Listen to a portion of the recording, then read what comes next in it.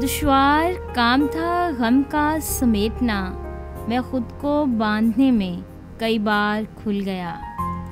देखिए, गम इतना शदीद नहीं होता, लेकिन जब कोई गम बांटने वाला ना हो, जब कोई आपकी बात ना सुने, तो गम में ऐसी शिद्दत आ जाती है कि गम की जकड़ इंसान को तिनकों की तरह बहाकर ले जाते हैं। कमाल के लोग होते हैं जो आपकी आवाज़ से आपकी खुशी और गम का अंदाज़ा लगा लेते हैं। अपना गम हर किसी को मत बताएं, क्योंकि मरहम हर घर में हो ना हो, नमक हर घर में ज़रूर होता है। ज़िंदगी के आधे गम इंसान दूसरों से उम्मीदें लगाकर ख़रीदता है।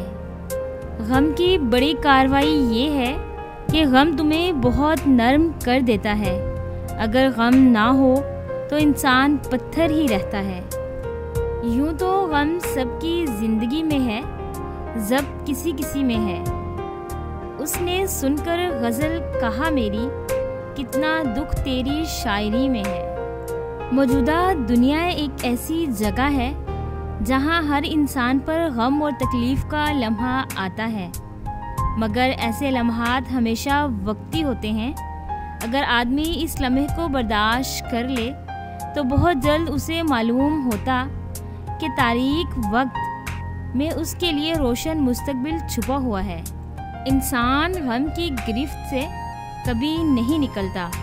खुशी महज थकान उतारने का वक्फा है। जो बीती है वो भुलाने में कुछ वक्त लगेगा। इस गम को एक याद बनाने में कुछ वक्त लगेगा। नींद तो आने को थी पर दिल पिछले किस्से ले बैठा। अब खुद को बेवक्त सुलाने में कुछ वक्त लगेगा। हंसते चेहरे को देखकर ये ना सोचना कि उसे कोई गम नहीं, ये समझना कि उसमें गम सहने की कितनी हिम्मत है।